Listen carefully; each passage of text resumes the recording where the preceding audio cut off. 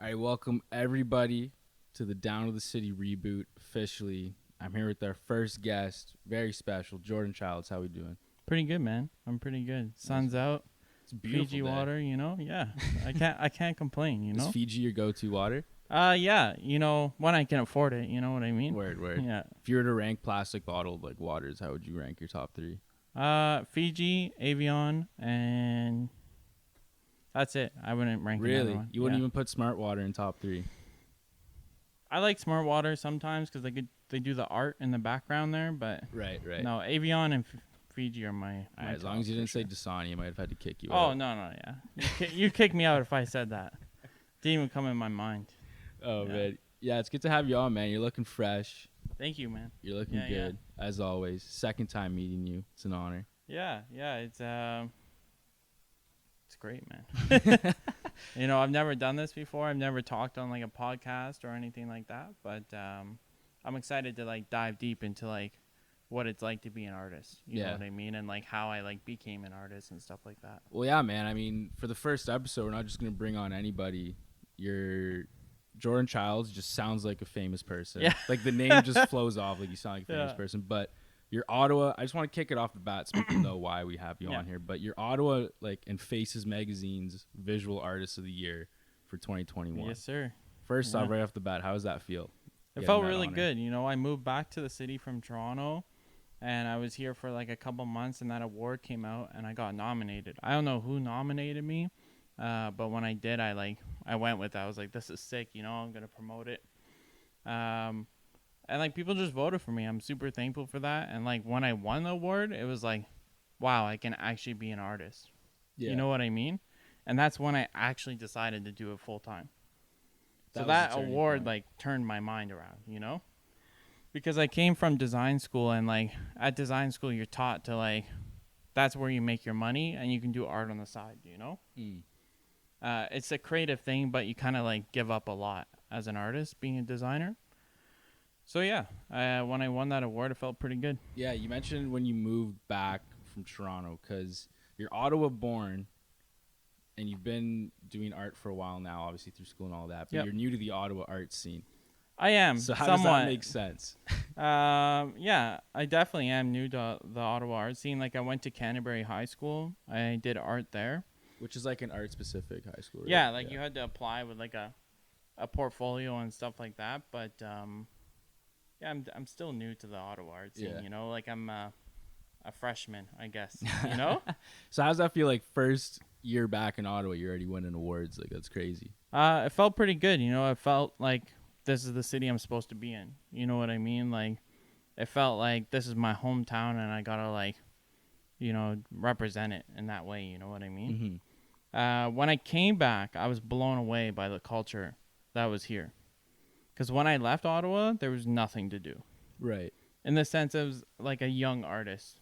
You know what I mean? I moved to Toronto. Like I did my art on the streets and stuff, and that was great and all. But when I moved back, there was like this culture of like welcomeness and like, it was yeah, I noticed the same thing too, because we're pretty fresh like in the game here too, like for our respective like industry. But I noticed that too. Like people say like in the past, like Ottawa was a very like dry city. And then now there's all these people in the creative spaces. Like for us, it's like podcasting. Like we do stuff like in the music, like industry and stuff like that too. But like everyone's just so welcoming to us. And they're like, man, please come in the city and like create with us and stuff like that.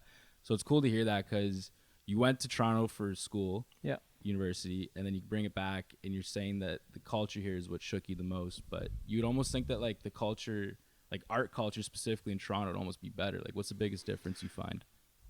You have to be famous to make it in Toronto. I think you have to have that social connection. And like I had somewhat of a social connection, but like right away, like I was like cut because like I'm not from Toronto, if you know what I mean. Wow. So it's like kind of like a clique thing.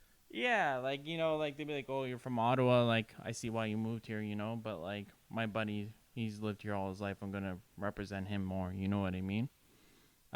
With the galleries especially. I tried getting into galleries in Toronto and stuff, and like they take on locals rather than like Ottawa artists or Hamilton. You know what I mean?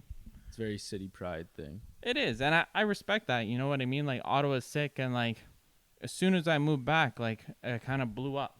You know what I mean? And like, I think that's because this is where I'm from. Right. It just feels right creating here. Feels right, and there's actually a culture here now. Yeah. You know? Yeah, it's building up too. Yeah, it's building up super fast. Like, I feel like we're kind of like the base of like what's happening right now. Yeah, exactly. Just the foundation of it all. Yeah, exactly. Like, So, there's classic artists in like Ottawa, like Fall Down G. Like, he's sick. You know, like his stuff's nasty. His style's amazing. And there's a lot of artists in Ottawa already, but I feel like the culture is really starting to grow now. Mm-hmm. So like, where do you see it going? I see it going in like a very street direction. Obviously there's the government involved and stuff.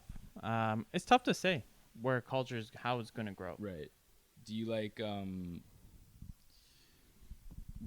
how do you see yourself kind of fitting into the art scene? Because like, first off, like, what kind of, if you were to describe your style of art, how would you explain it to everybody? That's tough. You know, like obviously a lot of my art's inspired by different artists like Keith Haring, Timothy Goodman. He's a New York artist. Mr. Doodle, obviously, you know, like, do you know these artists? No. Okay, so like they're very similar, but like I take it on to a different level by like making it flow. My art's all about flow, and it's not just positive. I think that's a big difference between everyone. Every artist tries to focus on positive things, but it's important to like realize the bad times so you can appreciate the good times. You know what I mean? It's important to learn from those things and grow from it. And I'm trying to apply that into my art too. Do you think it's easier for people to connect to an art piece that has like negative connotations behind it rather than positive ones? And not so like harsh negative, but I think like talking about anxiety, because my art's a lot of words, right? And when I put like anxiety or like depression or anything like that, I put positive words in my art too. Mm-hmm. But I think when I put that in, people connect to it better because it's real. Yeah. You know, like some days you wake up and it's not like the best day, you know? So you said a lot of your art's words, which is really interesting because you take something that's, if you can read them. You take something super boring in text and make it this really unique, like graffiti style art. For people watching this, we'll throw up some visuals of some art you have. But yeah, like how, like why do you base your stuff around text? I think that's my graphic design background. As a graphic designer, like this is where I like develop my style. I learned how to like visually express text, and that was like my biggest like emphasis in school is like learn how to express something so simple, you know. And then when I learned that, I pushed it even further and used my artistic background, and then it just blew up from there. Right. Yeah. So like, where do these words come from? Like, where do you draw this inspiration from? When I first started, it all came from like when I was in university, right? Yeah, it all came from university, like being on the subway in Toronto, things like that. Like I take a lot of things from my surroundings. Like this, for example, right now what we're doing, this will apply into a piece one day. Nice. You know what I mean? Nice. Just see my name in a piece. Yeah. Jacob Racco. You know, like, but it will in a subconscious way. Like, I take things and I store it into my mind. And sometimes that can be overwhelming. But then I apply it onto the canvas and it's like I empty my like brain, you know, I pour my brain onto the canvas. I love it's hard to like, explain. No, I like that though, man, because I love hearing like whether it be like artists or just other creatives kind of express where this comes from. And like lots of people in the creative realm, you know, whether it be like artists like yourself, musicians, comedy, whatever, everyone that is doing it, it started as an outlet for them. Yeah. So like for you, was there like a moment in your life where you used like art as an outlet and then it kind of really changed you into like, wow, I can really do this for real? You know, it's funny, like art is an outlet in a way. I find my art came from like just learning how to be a graphic designer. And then like making like my art comes a lot from music as well. Oh, okay. So my first project and my first like breakthrough to what my style is was the Life of Pablo album from Kanye. And my project in school was to express that on one sheet of paper. The whole album, all the words. Interesting. You know, so I took a micron pen and I just did it, and like I think it was more from a skill point, and now it's expressive. I'm learning how to make it expressive. You know what I mean? Mm-hmm. Because as a graphic designer, you have grids and you have like structure and there's reason behind it. And in art, sometimes you just do it because you want to. You know what I mean? So it's finding that balance, I think. So do you like structure, or do you just like having your way with it and breaking some rules and like? I like both. Yeah. I definitely like both. I was definitely known as a designer that like broke rules and like did things differently because of my artistic background. And then that kind of applied to my style. And then like I broke all the rules with typography. You know, I stretched it, I melted it. You know what I mean? Like I tried different things. It's weird because people that would like only understand that rules are people that are like in it, like you and like other artists. We're like casual like people like me that just see it like, oh, that's dope. That's all that matters, is that it's dope. Yeah, and that's like the goal, right? As any creative is like you want people to think that's cool, you know, or like nice or relatable in some way. But yeah, it all started from there, and then I did a piece every night, 24 by 36 canvas every night. Yeah, so and then you do a lot of like, so like like you do canvases, you do stickers. Yeah, which you gave me one, which is sick. It's a Krusty the Clown sticker, and he's like got like, you made like the words look like tattoos on his face. It looks sick. And I like with that too, because you take like innocent characters like Mickey Mouse, or not Mickey Mouse, or Mickey Mouse, Bugs Bunny, Donald Duck, and you pimp them out. You know, and like I give them full swag pretty much. That's kind of new to me, actually. That all that like pop art and that stuff. Yeah. And I'm really rolling with it now. Like people love it. It's relatable, and I can still apply like some kind of like creative aspect to it. You know what I mean? Right. When I first started out, it was just black and white on a canvas. Right.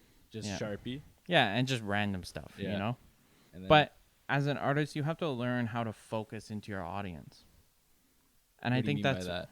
So, like, as an artist, you got to, like, learn how to, like, make your art relatable to your audience. So, as an... like, when I used to create, I just made it for myself. You know what I mean? And again, pulling my design skills from that it's marketing, right? So that Krusty the Clown, I made that because it's relatable, and then I made it even like at a higher level with the tattoos and everything, you know? So do you find a balance between that, or you just lean heavy towards the audience? Because it is important to create what you just fuck with as well. Well, yeah, and I love The Simpsons. You know what I mean? Fair. I do create for myself still, but I've learned how to refine it so people relate to it. I feel like a lot of people have a hard time doing that. Just trying to like isolate what it is their audience is looking for, and then just really trying to shoot stuff like that off towards them. You know, it took me like 4 years.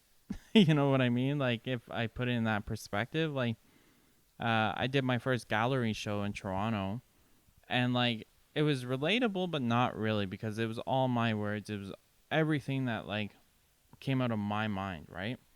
Everybody's different in their own way. Mm-hmm. As soon as I was like, what's your name? What's your life story? And I applied that to a canvas, people were like, wow. You know what I mean? Because your brain can be on that canvas now. Yeah. You know what I mean?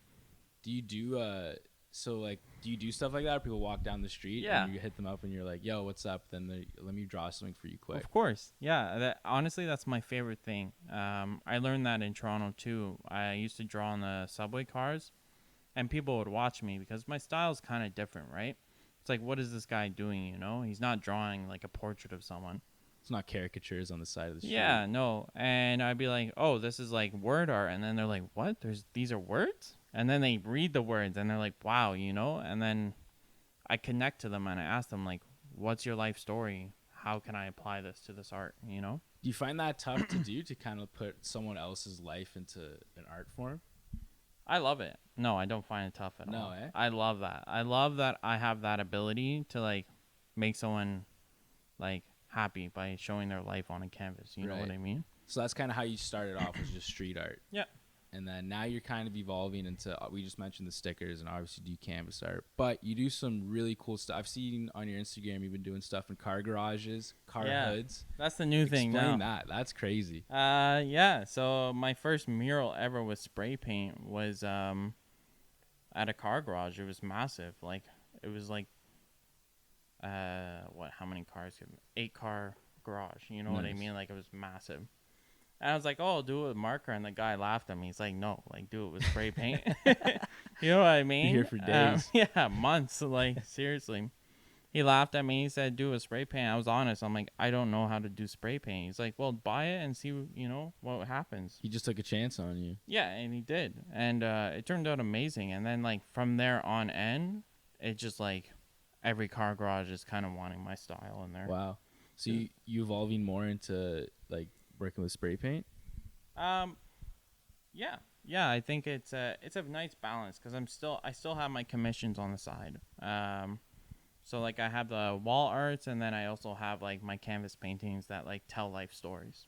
Right. Right now, I'm working on one for a girl in New York, and it's her whole family on a canvas. It's a 4 feet by 4 feet canvas, and, like, there's hypebeast stuff in there, too, and, like, stuff like that, but, like, it also tells, like, a personal story that you wouldn't understand unless you were that person. Right. Yeah. Because you mentioned, like, you did your first mural. Like, back in Toronto, like, there's tons of those everywhere. Ottawa, there's a lot popping up too, but like how would you like, are you trying to like get more involved with that, like in the city doing stuff on walls and like Bank Street? There's a bunch. You're trying to get more involved with that because there's only a few people. It's a small market for that here. Yeah. It's growing slowly, right? Like I'm taking job for job kind of thing. This Saturday I'm doing a salon on Ennis Road with a marker actually on the wall. But yeah, I'm trying to get more involved with spray paint and like expanding what I don't know. You know what I mean? Like learning, because it's the 6th time now that I've spray painted. You know what I mean? So it's a learning process. Yeah, that's just art though. Yeah, like you never really learning every day. Out. What's your favorite part about it? Probably that, to be honest. Learning and connecting with people. Yeah, because that's pretty much what my art's about, is like connecting with people and like telling their stories on a canvas and things like that. Word. Yeah. Word. So kind of bringing like, actually before I get there, I love your art, obviously. Mm-hmm. People in Ottawa are loving it. Again, people wanted to do stuff for you left, right, and center. But even bigger than that, people down south of the border, I've heard, are loving your stuff. Celebrities like Young M.A., I've heard. Yeah. Let me know if I'm wrong. Yeah. Loves your art so much that she even copped a piece. Well, I'm sending it to her. I'm planning to send it to her. It's at Drippy's shop right now, Depp. Okay. Yeah, but I've talked to them and like I follow her whole gang and like it's a cool vibe for sure. I've done some album art for some of her like other artists, you know what I mean? Right. How does it feel to have someone like that just come across your stuff and be like, I need that? Because first off, it was a canvas of her. And yeah, like your style and art. That's kind of like how like I started with this pop art stuff. Like I was like, all right, so like how am I gonna like do this differently? So I did a portrait of Young Ma, and then I did all her lyrics on a canvas, and the background is like dripping blood and stuff, like her style, and then like right away it just blew up from there. And, like, it was, like, okay, like, I found a connection to my audience. You know what I mean? And then I did all these, like, pop star, like, rap, like, because, like, a lot of my art is inspired by old school rap. And, like, just the words they use, the struggles they've been through, stuff like that, So is that kind of, like, was that your business strategy behind this? Was, like, maybe if I create pieces specifically about or like on like these different artists, like maybe some of them might reach out, of course, stuff like that. So what is like the business like model behind art? Because it's tough to like, it's weird when you take something like art and then try to mush it in with business. How does that work? I think it might be different for everybody. So far what I'm learning is like obviously social media. That's like key. Like it's like a free source of like income pretty much. You just post and like you try to reach out to people, and sometimes you get that back. You know what I mean? Business standpoint though is like learning your prices, learning who you're trying to target. pretty much like that. Your target audience. You got to really narrow down. And then like it's kind of expanding now. Like I hit the rap star like kind of thing. Now I'm hitting garages and I'm really focusing on that. I'm also focusing on like I'm doing a custom Birkin bag right now, like things like that. Yeah. I think like to go with the garages, like the car hoods that you do and stuff like that. It's crazy. If I see like a car drive by and it's got like graffiti looking art on the hood, I'm gonna be amped up because I know it's from you. Yeah. Maybe one day when I get a car. Actually, you know. Nice. How long does that take you? So I finished this girl's hood. She owns a soap company. I forget the name of it, but the hood took me about a day and a half. Yeah, a solid day, like 8 a.m. to like 6 p.m. kind of thing, you know? Wow. So how do you like value like your time as well as like the art? Like how does that's the problem. As an artist, you know, like you love doing it. Like I don't care if I made money off of it. You know what I mean? Obviously I need to make money because I need to pay my rent and things like that. You want to live. But like initially you should be doing something just because you love it. And then you have to learn how to price it for people. And that's so tricky. Like, it's so tricky. Nowadays, my art's ranging from 1,000 to 2,000. Pretty much. For car hood specifically? No, for, like, pretty much, like, my canvas art and car hoods. Like, anything within that size range. Okay. Pretty much, you know? Like, a car hood's like a canvas. Right. Yeah. Because you go on your website and right now you have your stickers, that whole collection, and then you have your prints. Yep. But you also have, there's a tab on your website called, what is it? Child's Talk. Child's Talk. And it just says coming soon or work in progress. Yeah. What is it? Can we get a little sneak peek? What's that all about? So that is pretty much eventually I want to like show how I became an artist and like help other artists grow and not devalue themselves and like maybe skip a couple of the hard times as an artist. You know what I mean? Maybe throw in some of my design skills in there too to help an artist. Like I made my logo, my website.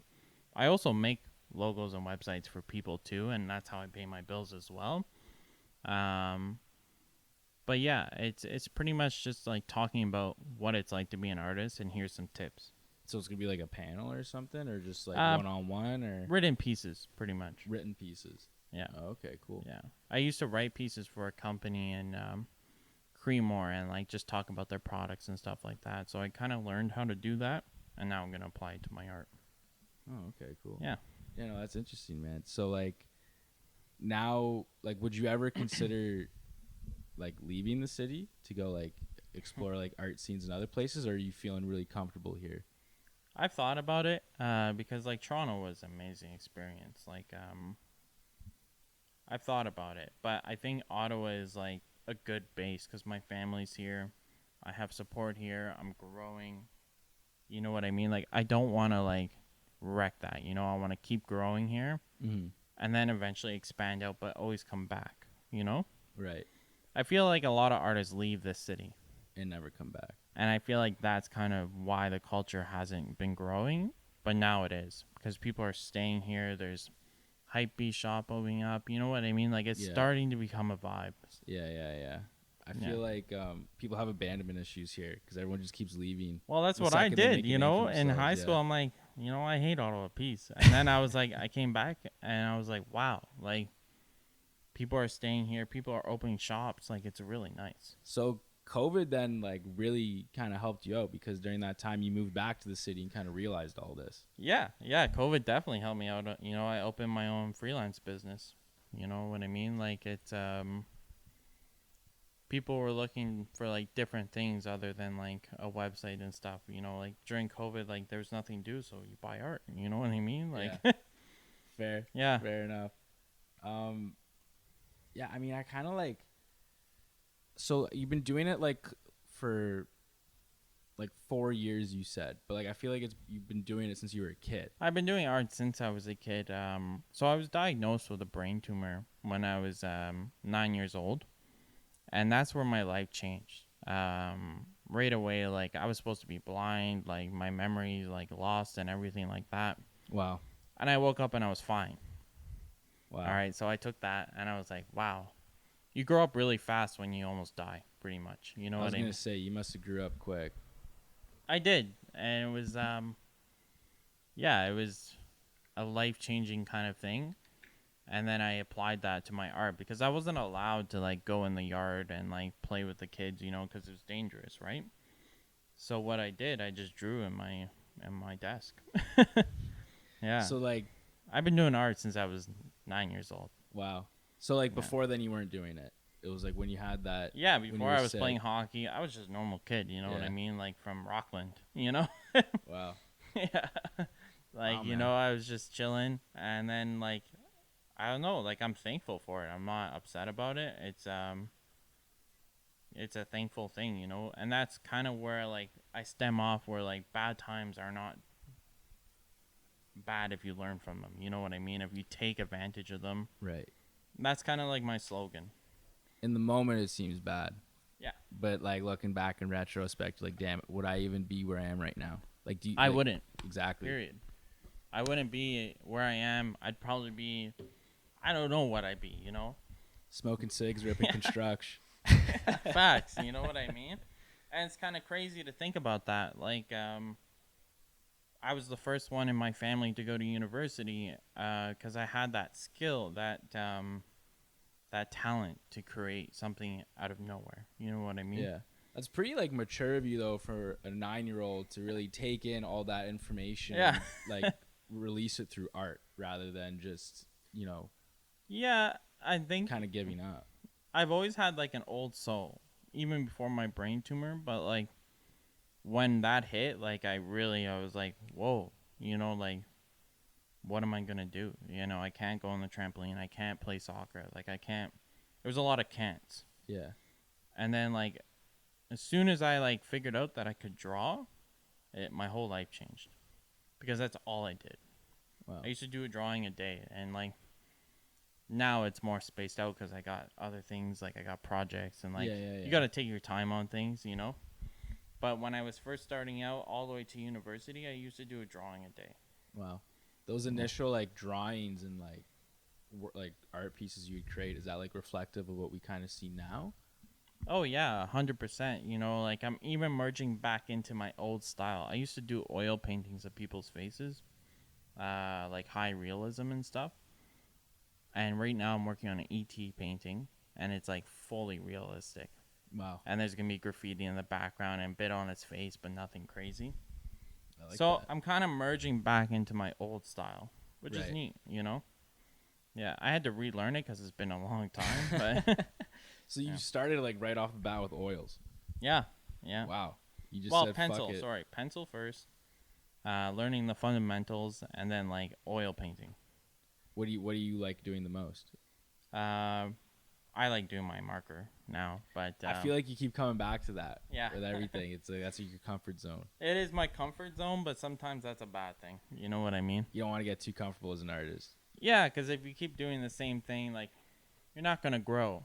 And like I'm learning that slowly, and I'm like, okay, what am I gonna do different this time? I'm gonna do a full portrait of ET, and then draw in the background. You know, merge styles, grow as an artist, do something different. So Because not everybody can paint realistic things. You know, Yeah. there are artists like me that doodle.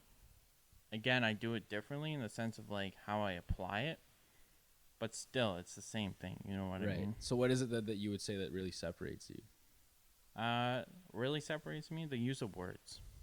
A lot of people just do imagery doodles, so like funny faces and like stuff like that. But like what separates me is it flows, and it's like liquid on paper. Yeah, it's You like know? instead of like a picture like tells 1,000 words, one Yeah. word gives you like 1,000 visuals in your head Yeah. to kind of think of. You kind of Yeah. just flipping it around and said screw it, I'm doing it Yeah, my own way. exactly. You know. Yeah. I like it, man. I like, so what kind of like, because you keep going back to, you do your art through words, and then you say a lot of your inspiration comes from music. So like, does that include like lyrics, or are you just kind of like thinking of how it makes you feel? And that's kind of like going back when I connected to like Young Ma and stuff like that. I was like, these lyrics mean so much. Only certain songs too, right? Like some songs just suck, but you know, like, but like I take songs that where they talk on the mic, rather than like, you know, a lot of the current music now. A lot of old school music for me. Yeah. I take these lyrics and I apply them to canvases, and like they just come out amazing because those words are like right from the soul from these people, you know, like Tupac, Biggie, like Ice Cube, like all these people, like they've been through things, and I'm trying to apply that onto a canvas, you know, Right. because struggle makes you grow, Right. you know, and I think that's like my key thing to my art. Do you think like maybe not even just artists, just like anyone in general, like without struggle, like especially as an artist, I feel like if you don't like struggle at some point in your career, you're never really gonna break through that. I think everybody struggles in their own way. It might not seem like a big deal to someone else, but I think everybody has their own struggles. So I think it might be little to you, but that's a breakthrough for them. You know what I mean? It's tough to say how other people are gonna grow, you know? Right. Yeah, I think that's what I would say on that pretty much. How do you plan to grow? Like what's the next step for you? Like how getting out of my comfort zone. Which would be so like spray painting and like trying colors. Color is the biggest one for me. Color I don't understand, because like even for us for like editing and stuff like that, and just like picking like the right logo for like this new logo for this show, like trying to figure out which colors work together. Like I was talking to a friend of mine who's in graphic design as well, just like breaking out all the color templates and like the rules of colors, and it's a whole other thing, man. Yeah, I took a whole year. I took color theory, but design I don't mind applying color. I'm good at that, but applying it to like a style that started out as black and white, I think it's challenging. You know, and it's such a complicated style to apply like such a complex color theory to it. It's very difficult, right? Like, and people, as an artist, I feel like also like my time would be crazy if I like did full color on pieces. You know what I mean? Like, I feel like I don't even know how much I would charge, you know? Yeah. And I think that is also the thing that's like kind of preventing me from like jumping into it. You know what I mean? Because like if someone's like, do full color, I'd be like, that's $10,000. You know what I mean? Like, jeez. Because it's new to me, and I'm also an oil painter, so I take my time with color. You know what I mean? Right. I've only done a couple pieces, and they turned out amazing. But like the time, like it took months. Wow. You know? Wow. Yeah, that's the thing. Like it's like when you try to like make something so creative a business, it's like how do you even like what's the calculator, like how do you even determine all that? Yeah, and there's many people where they're like, oh, do the square feet or do what you feel, you know, but like also people have put in bananas on the wall of a gallery and sold it for 30,000. You know what I mean? Like, bro, man, it's frustrating, you know? That shit actually pisses me off. On our other podcast, Down on the Wire, we talked about that story, and there's also this other art piece that sold for like 20 something million, and it's really just like looks like someone just grabbed a paintbrush, dipped it in some paint, and just whipped it at the wall. Oh, it's probably time. Like Pollock, right? Jason Pollock. Yeah. The old, yeah. Man, you know your shit. Yeah, that guy. It's because he was the first one to do it. But I mean, like, come on. I know. Come on. Well, that's the thing, and that's what I'm like trying to figure out. How can I be the first one to do it? Well, like your style is very unique. Like I've never seen like what you like. I've seen like that kind of like graffiti, like cartoon-ish style, but the way that you do it, like I've never really seen that. That's kind of what got me onto you before I even met you. Like I've been following you through like our company account, just like peeping your stuff. Like, dude, this guy's sick. Yeah, thank you. That's the biggest worry as an artist, right? Is to be different, right? You want to like apply something different into this world, and that's really difficult now. We live in a generation where like I can see what this Japanese artist is doing. You know what I mean? It might look like mine. Right. But he's in Japan. Yeah. Before technology, you know, there might be like 20 inventions that are the exact same, but they're spread out. So you think it's the first one, you know? Yeah. It's kind of like... We live in this tricky era where you can be anybody you want to be. But everyone can. Yeah, everyone. That's what makes it tough is like, we have all these great outlets like social media, like great. We're going to post a clip right now of this interview. Yep. And millions of people around the world can see it. Yeah. But there's also a million other podcasts trying to do the exact same thing. And it's like, how do you stand out? Like, well, yeah, that's it, right? And as an artist, I feel like the garages are making me stand out. This whole car scene. My family's always been into cars too, which is really cool. Like antique cars and like muscle cars. I used to go to car shows when I was a kid. We'd spend weeks there, you know, sleeping. You look there. like a car guy. You know, it's funny. I don't know a lot about cars, but I love cars. Yeah, I love the car culture, and I'm actually working on a company right now with Lucas at Vogue Motorsports. I did a mural on his wall, and we just connected. A little detail for you, like you'll see it around Ottawa once we Nice. show it. We're doing like an archive thing for car culture, and we're gonna make relics for people who like cars. That's all I'm gonna say about it. But when can we see this? probably the end of August. Okay. Yeah, it's So called a summer Asphalt project. Archives. Sorry, what's it called? Asphalt Archives. Okay, cool. Yeah, the logo's made, the branding's done. I'm working on the content now, and again, as an artist, I'm lucky I can apply something different to what people have already done. Right. You know what I mean? It's tough, like, trying to do stuff that's different without trying too hard to be different. Well, yeah, people see you don't that. want to do that either. You know, like you don't want to be like, oh, I'm trying to be different. You know what I mean? Like, because that's just being the same as everybody else. yeah.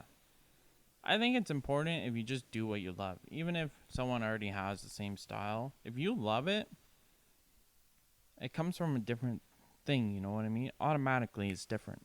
Right. Everybody's inspired by something. The OG doodle artist, though, is Keith Haring. So, like, when you got on him, was it, like, after you started picking up, like, when you were 9 years old and you were sick and you started doing your art? Like, is that when you got, like, did you just draw and then you're like, okay, now I'm really into this, I'm going to look into the history of it? Or did you kind of, like...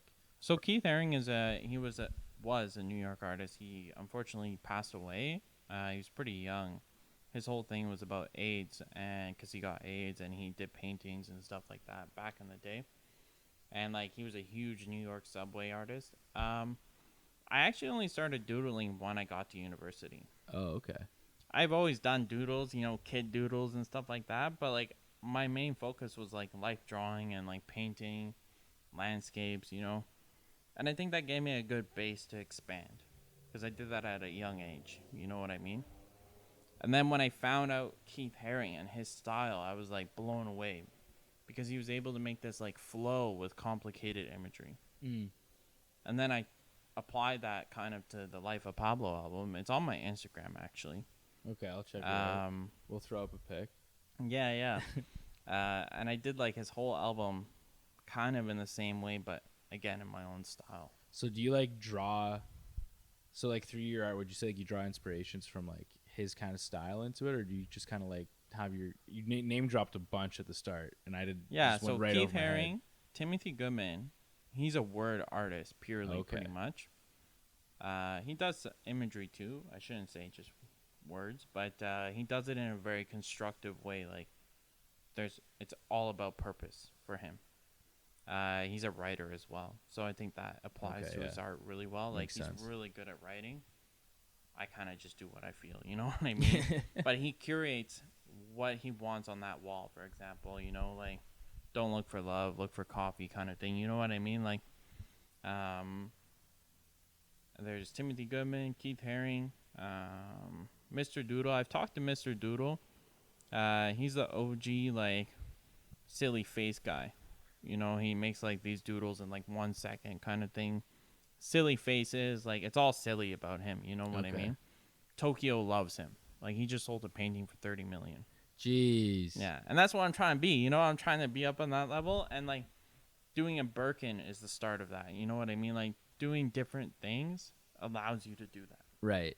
So is that like would you like kind of like put yourself as, because like you won the award for visual artist, but that's kind of like a wide range of different types of things. Like do you really like, because you said you got to find like your specific niches and like get specific with that, so it's kind of like you don't want to like restrict yourself, but you kind of like have to restrict yourself, but you're trying to keep like how does it work? I'm trying to understand how you're trying to like get to the level where you could like sell pieces for millions of dollars, but to reach that audience, I mean, I think that's tricky, you know, like I haven't been there, so I don't know how to do that yet. You know what I mean? Like, but it's slowly growing. Like, I used to sell my giant canvases for $200.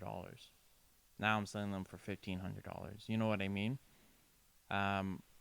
It's all about confidence of what you think your art's worth. You know what I mean? I could tell someone that's worth $3,000. The next guy's like, oh no, it's worth $10,000. You know what I mean? So what are you looking for though? Like what determines that? I think how it's different. You know, it's tough. It's a really tough. That's a tough topic. What determines the value of art? Some people think it's the size of the piece. Some people think if it's the original. Some people think it's if there's gold flakes on the painting. You know what I mean? Yeah. Especially nowadays, people are looking just for like resin art with Louis Vuitton in the background. You know what I mean? I've done that. I've tried it, and I've sold pieces like that. You know what I mean? But like, I don't know why people would want to buy Mr. Doodle's painting for $30 million. Probably because he's famous now. Right. He's famous. Like, the guy's got like 1 million followers. You know what I mean? Yeah. It just gets to a point where the name sells like clothing. Yeah, and he does clothing too, and like stuff like that. I think it's like brand exposure. Yeah. Name exposure. He sells his painting at a gallery too.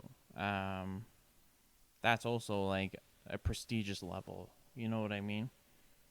I don't know if I want my art in galleries because they take percentages, and I'm not about that. Like, you don't deserve that. You know what I mean? Like, I'm not. That's hard to explain too. You know what I mean? As an artist, you shouldn't be like allowing people to earn a percentage of your art. You know, unless it's like, for example, my guy in Toronto, he prints out my prints. Well, he earns that. You know what I mean? Like, yeah, he's taking care of that side of the business for me.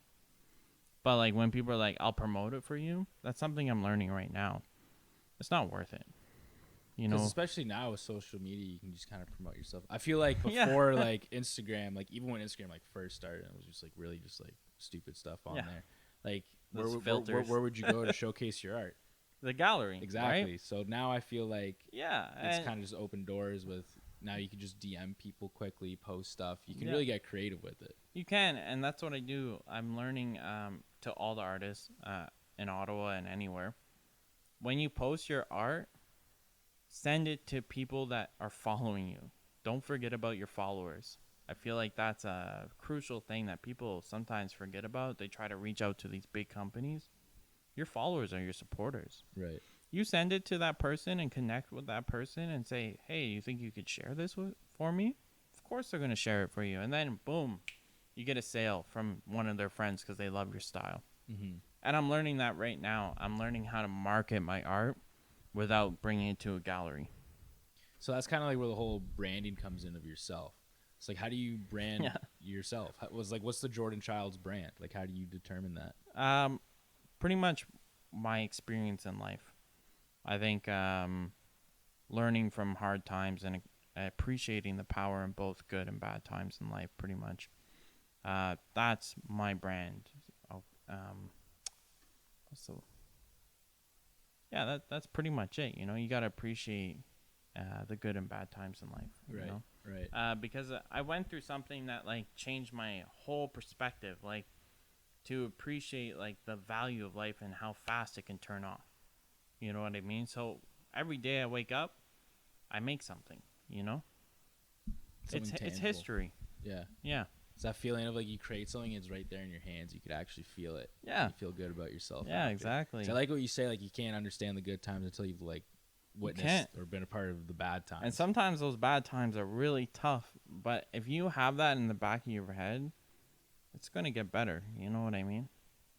Do you like, through your art, like, do you feel like it's important to like always do that? Or do you think if you always try and like, what's the word to use here? Because you don't want to always be trying to like overdo it in messaging. I keep it in my subconscious. I don't always apply it. Sometimes I just make things just for fun. You know what I mean? That's really important too. You don't have to have meaning every time you make something. Which, yeah, it's really key. important. Like, that's where you learn stuff. That's how you experience life. Because, like, every time I touch a canvas, if I go in there thinking this is what I'm going to make, that's exactly what's going to happen. But if I go in there and say, let's see what happens here, you know, you learn something. Yeah. When I first started, I never connected things on the canvas. I never like touched them together. I did this like, I did Keith Haring, I did Mr. Doodle style. You know what I mean? Because that's how I first started. And then I was like, what if I like connect this face and make it not so understandable? Make it not so like, so you don't know right away what it is, right? As soon as I did that, people were like, what is this? You know what I mean? Because they can't understand it right away. And then that's the hook. Yeah. And then once they see that face in there, they're like, whoa, you know what I mean? Right. Yeah. So it's kind of like, I like how you said the word hook, because it's almost like through all like kinds of art, like even like you're watching something, like it's a movie or like a TV show or something, or even you're reading like a blog, an article, or a book, a novel. There's a hook. Yeah, of course. So like in your art, do you look at it like that? Like, okay, this is the part of the piece. It's going to be the hook. Then this is going to be the climax, and then this is going to be the conclusion of it. I look at it as the beginning, not so much the climax and the end of it. Actually, there is an end to my piece for myself. On my canvases especially, I tape off the border, and when I'm done the painting, I peel that tape off, and it seals the art into the piece. You'll see what I mean if you go on my page. You'll see like a frameless border going around the art, and it just like, that's a personal like finish thing for me. Okay. I love that feeling, and like it's just, it looks amazing. I used to do my art right off the canvas, and then as soon as I added that like white space around it, it just made it more visually like, whoa, you know what I mean? Yeah. But it's all about the hook. You got to bring people in in a certain way, you know? How do you do that? I guess it's just not making it so obvious. Oh, okay. I think. You know, I used to do pieces with like big words in the center, and like it was about trust right away. Like, you know, you see it, you move on, you know? But when you like draw a face and like you can't understand it right away until you stand there for at least a minute, and then you see the face, it's like, whoa, what else can I see? It's all about the questioning. Like, it's all about like, what else can I see? Trying to discover more within the piece. Yeah. The interaction with the person. It's all the interaction. You want people to interact with your piece in a way where they get excited. Right. Yeah. We got I kind of want to like, I missed slipping this point in there. I kind of wanted to say, but going back to when we were talking about how you don't want to like really overdo it with the messaging. Sometimes you just want to create stuff for fun. This one interview I watched really sticks out to me because I was listening to, it was an interview with Eminem, and he was saying like he gets roasted a lot because he just makes words rhyme that don't like really rhyme. He just does it, and he's like, yeah, that's what I do. Like I'm a rapper. I make shit rhyme. It doesn't always have to have a deep meaning, but I just do it to do it. Do you feel like the evolution of an artist kind of starts with that? You do something because it's fun, and then you're like, oh shit, I can do some like meaning behind this, and then towards the end of the career, it's like, I just want to do this shit for fun, and then you just keep doing that. That's kind of what I'm experiencing now, because as a freelancer, you got to make money to survive, right? Before I was just like pure freelance, it was like, oh, let's like try something, let's pour paint on this canvas, you know what I mean? Like, you do it out of your passion for sure, like your heart. And then it kind of turns into like, okay, how can I curate this so it's relatable, so it connects with the person, so they question it. And then it's like, okay, you know, like I'm kind of tired of making these pieces, you know, I just want to do something for fun. Like this E.T. painting I'm working on right now. You know, it's for fun, you know what I mean? And then it kind of like, it's a balance. Everything's a balance in life. Right. I've never seen E.T., by the way. Really? Yeah, my parents never like... Wow. I don't know any of the classics. I've never got into Star Wars. Oh my God, you never seen Star Wars? I've seen it like now, but like watching it as like a 20-something-year-old, you're like, this is stupid. Yeah. No, I feel no offense to anyone that's a big Star Wars fan. I get into it a lot with some of my roommates. You should watch Star Trek. I like that. The Next Generation it's sick. Yeah, just watch it. Trust me. As an adult, you should do a Star Trek piece. I should. You know, they talk about like what society is back in the 80s. It's actually crazy because, like, what they talk about is they want, like, they're talking about what we want to be now, today. But they were talking about that in the 80s. It's just ahead of their time. Like, sexist and, like, all that, like, it's okay to be gay. You know what I mean? Like, they were talking about that on the show. And that was before Star Wars. Yeah. And, like, So that like was 60s, a no-no right? back then. You know what I mean? And now it's like, wow, like, they were really thinking about the future while they made that show. Yeah, that's crazy. It's an adult show, though. It's not. Star Wars is for kids. Yeah. That's why it hooks you, though, eh? Because of that. That's the inner artist in you being like, I want to try and do that. I want to, like, be ahead of my time. And, like, Yeah, create you know, shit like that. Exactly. I want to, like, start a heritage history, like, kind of like a foundation to what's next, you know? Mm-hmm. Yeah. But I guess that's with every brand, right? Yeah. Yeah. No, man, I love what you do. Your brand, the Jordan Childs brand, is sick. I like looking at the art you have on your page. Thank you, man. Go on check them out. Learning how to do that too, man. Branding yourself, that's tricky. How do you do it? I thought, like, you know, I was like, oh, I should do, like, cool names and, like, stuff like that. And then I was like, you know what? I'll just stick with my name, stay original, you know, live in my hometown, be who I am. Don't try to be someone else. That sells. Yeah. That sells, bro. Yeah. People like that shit, man. People, like, honestly, it's a lot about branding, but it's a lot about the individual. People get behind individuals more so than brands. Yeah, you like, know. Elon Musk has way more followers than Tesla. Yeah. Exactly, you know. People love that. Yeah. Just being yourself. Yeah, man. Cool. Thank you. It was an honor having you on, man. Tell the people where they can find you. You can find me on Instagram, Art by Jordan Childs, and you can find my website. Same thing. Word up. What can we expect in the horizon? Got anything cool? A lot more car stuff and more spray paint, experimenting, trying colors, you know, saying everything that I'm scared of, pretty much. Trying those things, you know? Yeah.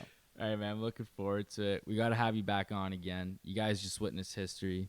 Thank you, First man. down the city. Yeah. Let's do it, man. I'm sick. Thank you, man. Peace, guys. Peace.